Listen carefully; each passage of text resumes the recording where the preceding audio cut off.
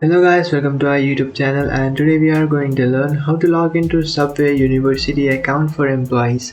So let's get started. So to log into your Subway University account for employees, what you can do is just simply open up your browser, and after opening up your browser, in search bar you can search for Subway University login for employees.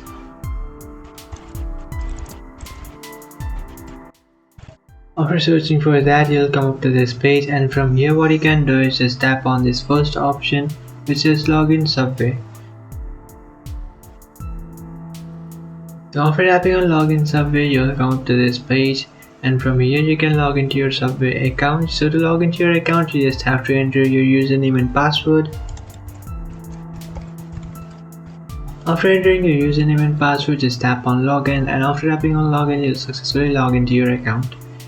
So if you have forgotten your account's password, what you can do is just tap on forgot password, and by tapping on forgot password you can easily reset or recover your account's password by creating a new one.